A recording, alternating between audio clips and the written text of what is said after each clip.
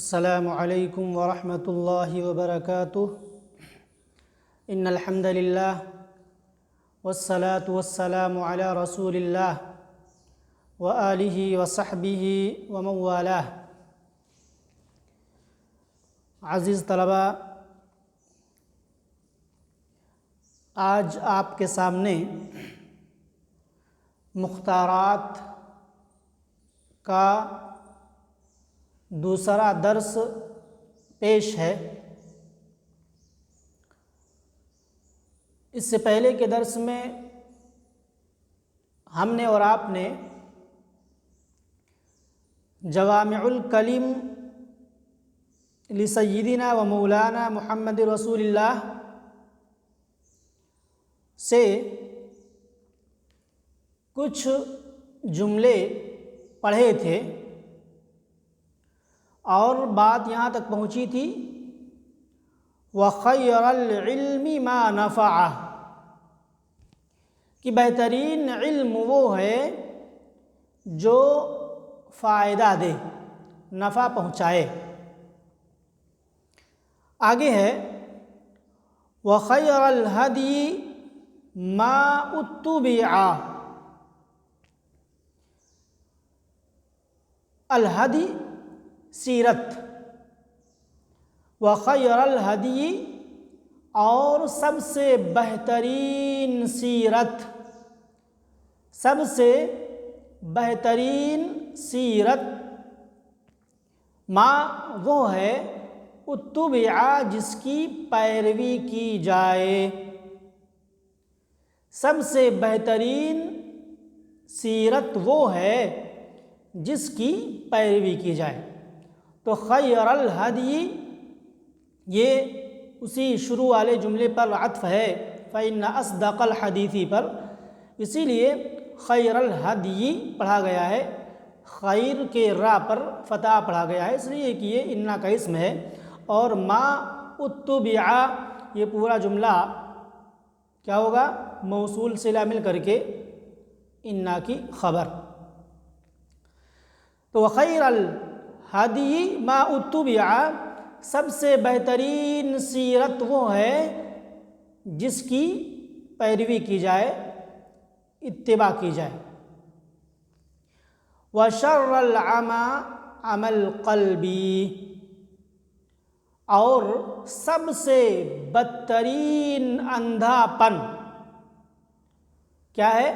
عمل قلبی دل کا اندھا پن ہے، سب سے بدترین سب سے برا اندھا پن دل کا اندھا پن ہونا ہے۔ وشر العمی عمل قلبی اور بدترین اندھا پن دل کا اندھا پن ہونا ہے۔ والید العلیٰ خیر من الید السفلیٰ، بہت ہی مشہور یہ حدیث ہے۔ والید العلیٰ، ید کے معنی ہاتھ کے ہوتے ہیں اور اس کی صفت لائی گئی ہے العلیٰ، اس لیے کہ ید یہ مؤنث استعمال ہے، جسم کے وہ اعضاء جو جوڑے جوڑے ہوں وہ مؤنث استعمال ہیں، لہذا ہاتھ ڈبل ہے، یہ مؤنث استعمال ہوتا ہے عربی زبان میں، اس لیے اس کی صفت مؤنث لائی گئی ہے الید العلیٰ۔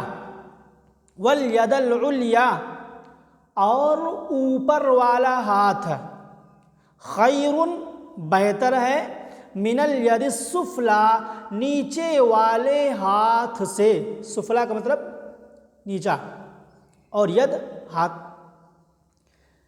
تو کیا کہا؟ والید العلیٰ خیر من الید السفلیٰ اور اوپر والا ہاتھ یہ نیچے والے ہاتھ سے بہتر ہے۔ کیا مطلب؟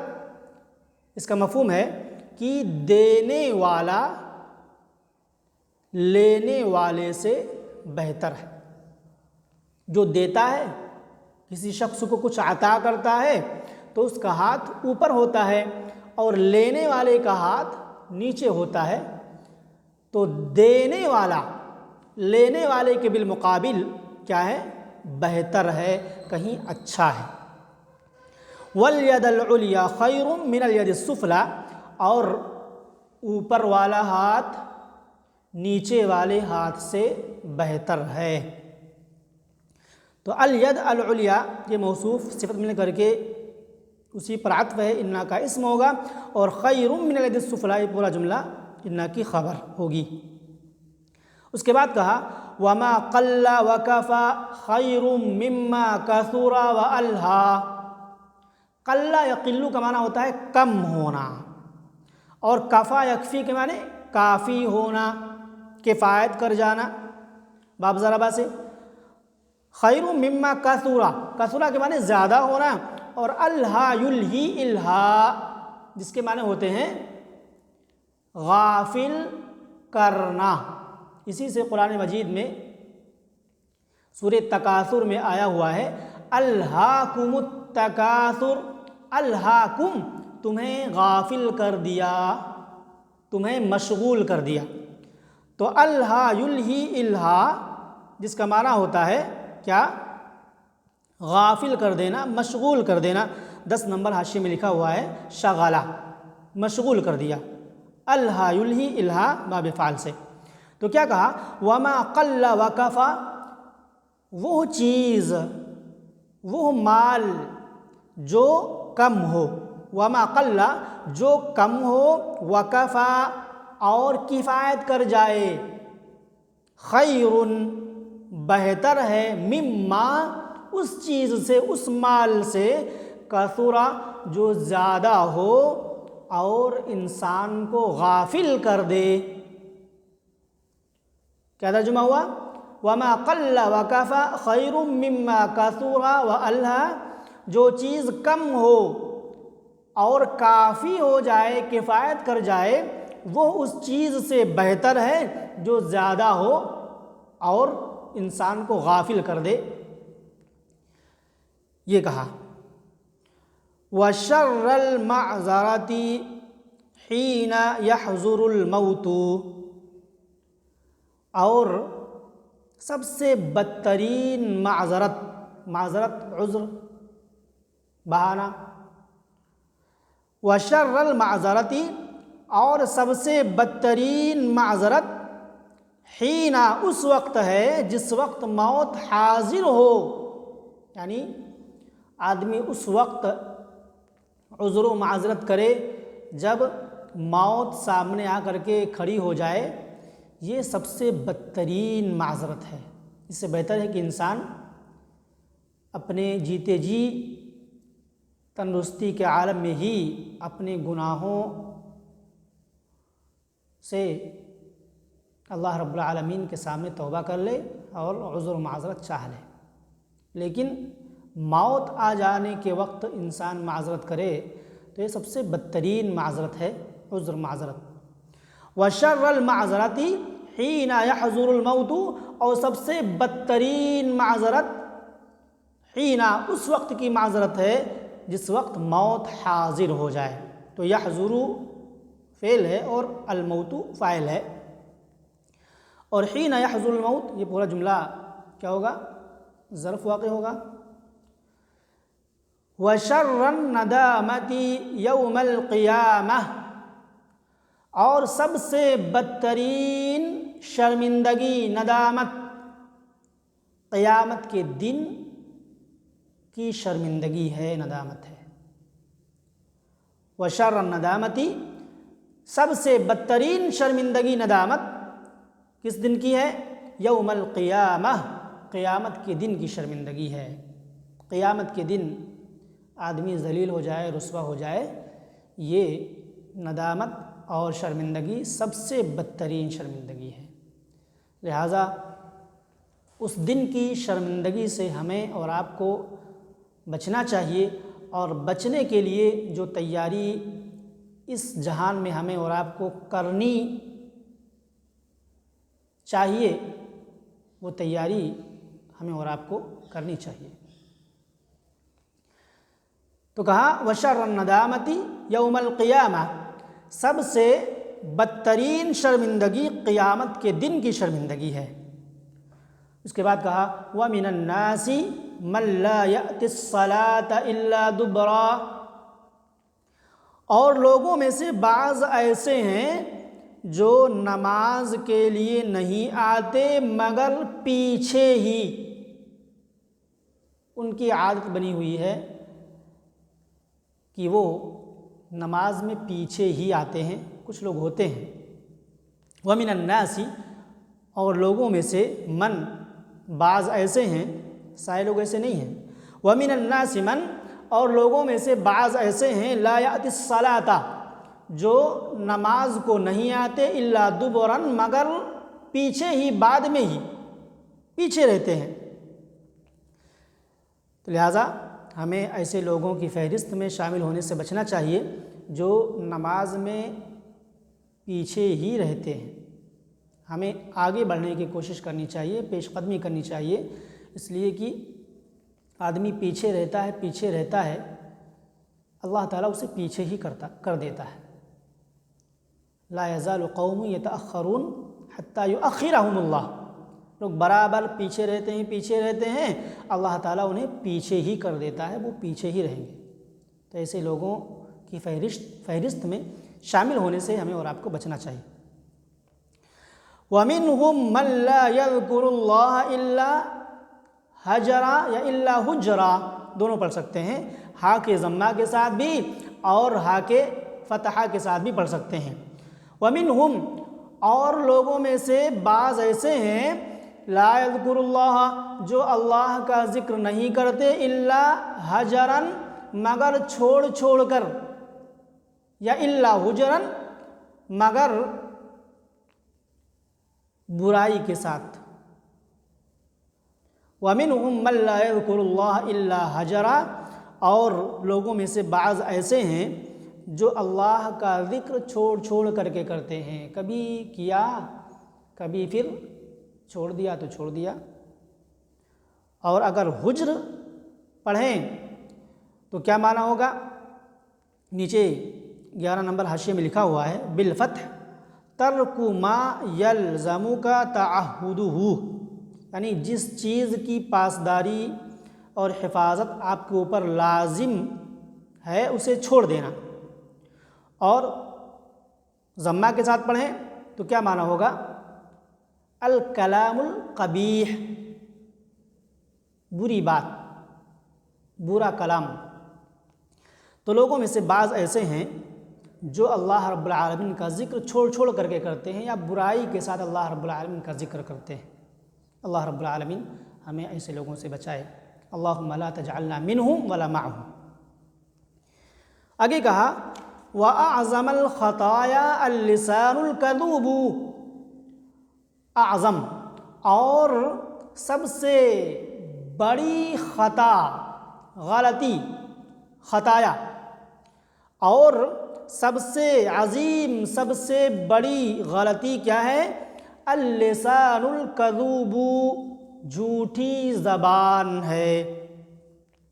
نمبر 1 حاشیے میں لکھا ہوا ہے الکثیر الکذب والمراد به ہا ہنا الکاذب، تو یہاں مراد کیا ہے؟ جھوٹ بولنے والا۔ تو کہا سب سے عظیم خطا کیا ہے؟ جھوٹ بولنا ہے۔ اللسان الکذوب، جھوٹی زبان ہے۔ جھوٹ بولنا یہ بہت ہی عظیم خطا ہے، بہت ہی عظیم غلطی ہے۔ جھوٹا شخص بہت ہی عظیم خطا کر رہا ہے۔ وَخَيْرَ الْغِنَى غِنَى النَّفْسِ، کیا کہا؟ خیر ہمیشہ اخیر کے معنی میں ہوتا ہے، جیسا کہ پہلے بتایا گیا ہے، اور غنا کے معنی مالداری۔ وَخَيْرَ الْغِنَى، اور سب سے بہترین مالداری کیا ہے؟ غِنَى النَّفْسِ، دل کی مالداری ہے۔ آدمی کا دل مالدار ہے، دل کے اعتبار سے مالدار ہے، تو سمجھ لو کہ وہ سب سے بڑا مالدار ہے۔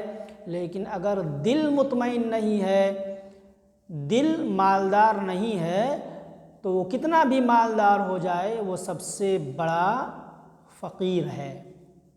وخیر الغنى غنى النفس، اور سب سے بہترین مالداری دل کی مالداری ہے. اس لیے بولا جاتا ہے الغنى غنى النفس، مالداری تو دل کی مالداری ہے. اور آپ دیکھتے ہیں کہ ایک شخص ہوتا ہے جس کے پاس بہت کم مال ہوتا ہے، بس گزر بسر کے برابر اس کے پاس مال آتا ہے، لیکن وہ دل کے اعتبار سے خوش ہوتا ہے، خوش و خرم زندگی گزارتا ہے. لیکن بہت سارے ایسے مالدار ہیں جن کے پاس مال و دولت کی کمی نہیں ہے، لیکن وہ دل کے اعتبار سے خوش نہیں ہے، مزید چاہیے، اور اسی ادھیڑ بن میں، پریشانی میں وہ رات و دن ٹینشن میں رہتے ہیں. کیوں؟ اس لیے کہ دل کی مالداری ان کے اندر نہیں پائی جا رہی. تو سب سے بہترین غنا مالداری دل کی مالداری ہے. وخیر الزاد التقوی، اور سب سے بہترین زاد سفر، زاد توشہ، وہ سامان، وہ کھانے پینے کی چیزیں جو انسان سفر میں لے کر کے جاتا ہے اس کو زاد کہا جاتا ہے، جس کی جمع ازواد یا ازودۃ آتی ہے. وخیر الزادی، اور سب سے بہترین توشہ، سب سے بہترین زاد سفر کیا ہے؟ التقوی، تقوی ہے.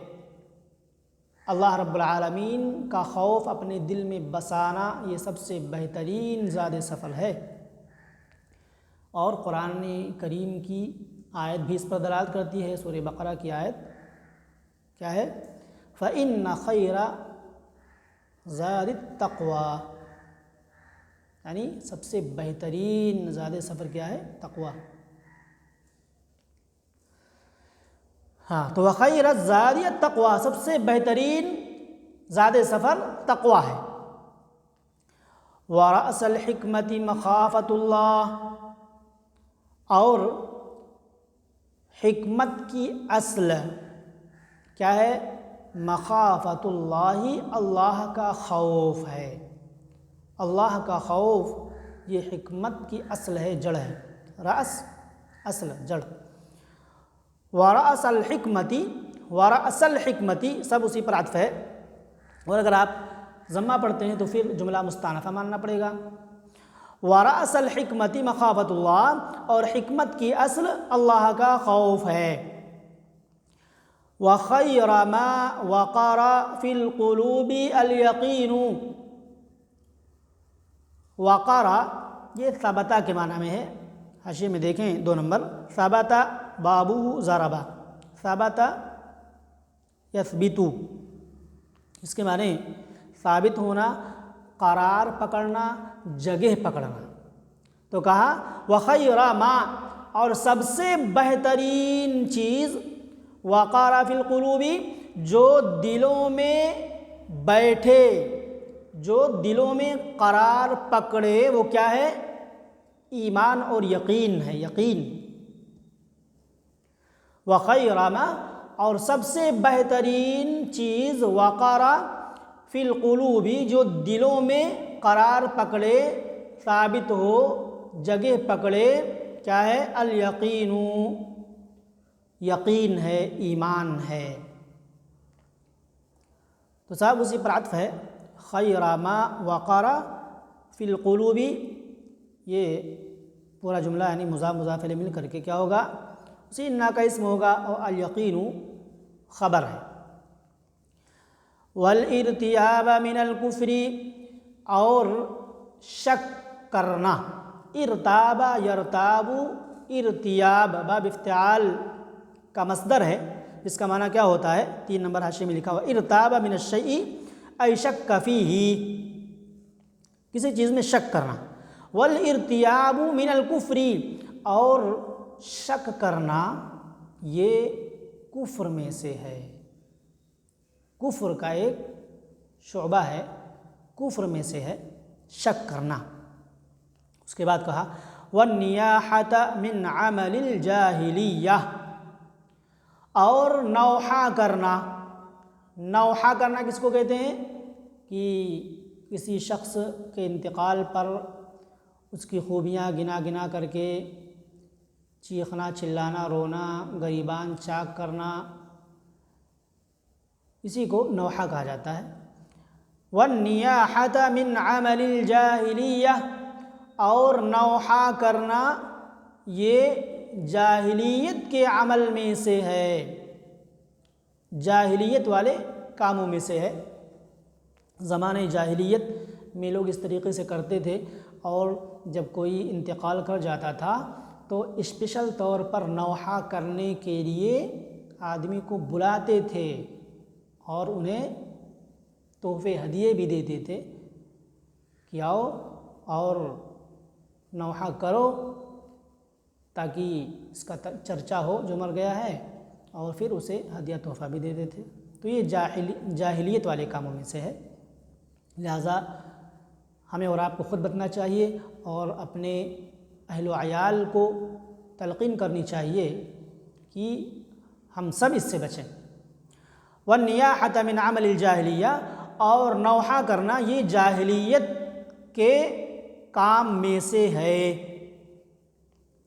اور اللہ کے رسول صلی اللہ علیہ وسلم کی حدیث بھی ہے، لَيْسَ مِنَّا مَنْ ضَرَبَ الْخُدُودَ وَشَقَّ الْجُيُوبَ وَدَعَا بِدَعْوَى الْجَاهِلِيَّةِ، اللہ کے رسول نے فرمایا کہ وہ شخص ہم میں سے نہیں جو کیا کرے، کسی کے اوپر نوحہ کرتے ہوئے اپنے رخسار کے اوپر، گال کے اوپر تھپڑ مارے، گریبان چاک کرے اور جاہلیت کی پکارے۔ تو وَالنِّيَاحَةَ مِنْ عَمَلِ الْجَاهِلِيَّةِ، نوحہ کرنا یہ جاہلیت والے کاموں میں سے ہے۔ وَالْغُلُولَ مِنْ جُثَاءِ جَهَنَّمَ، غلول کس کو کہتے ہیں؟ 4 نمبر حاشیے میں دیکھیں، السَّرِقَةُ مِنْ مَالِ الْغَنِیمَةِ، غنیمت کے مال میں سے چوری کرنا۔ حدیث میں بھی آیا ہوا ہے، لا تقبل صلاة بغیر طہور ولا صدقة من غلول۔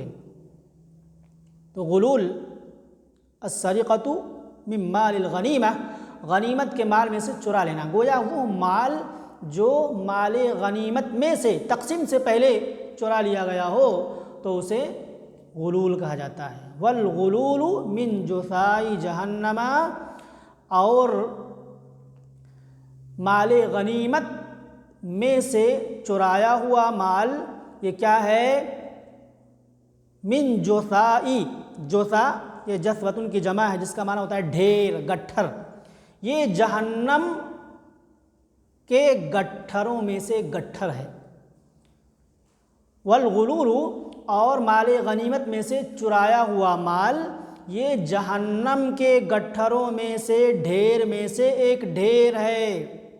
جو شخص مال غنیمت میں سے چوری کر کے یا صدقے کے مال میں سے چرا کر کے کچھ لے لیتا ہے تو گویا وہ جہنم میں سے گٹھر تیار کر رہا ہے، ڈھیر، جہنم کا ڈھیر وہ جمع کر رہا ہے۔ والکنز کی من النار، اور کنز، کنز کا معنی ہوتا ہے خزانہ، وہ خزانہ، وہ مال، سونا چاندی جس کی زکوٰۃ نہ نکالی گئی ہو تو اسے کنز کہا جاتا ہے۔ والکنز کی من النار، اور کئی، کوا یکوی کے معنی ہوتے ہیں کہ گرم لوہے سے داغنا۔ 6 نمبر حاشیے میں لکھا ہوا ہے، احراق الجلد بحدیدۃ محماۃ، یعنی گرم لوہے سے چمڑے کو کیا کرنا؟ جلانا۔ اسی سے کوا یکوی کا معنی ہوتا ہے پریس کرنا۔ پریس کیسے کرتے ہیں؟ لوہے کو گرم کرتے ہیں اور پھر اسی کو کپڑے کے اوپر گھماتے ہیں، تو گویا وہ بھی ایک طریقے سے کپڑے کو داغنا ہوا۔ تو والکنز کی من النار، کنز یعنی وہ مال جس کی زکوٰۃ نہ نکالی گئی ہو وہ جہنم میں داغے جانے کا ذریعہ اور سبب ہے۔ کی من النار جہنم میں گرم لوہے سے داغے جانے کا ذریعہ اور سبب ہے۔ اس کے بعد کہا والشعر من مزامیر ابلیسا، اور شعر یہ ابلیس کی بانسری ہے۔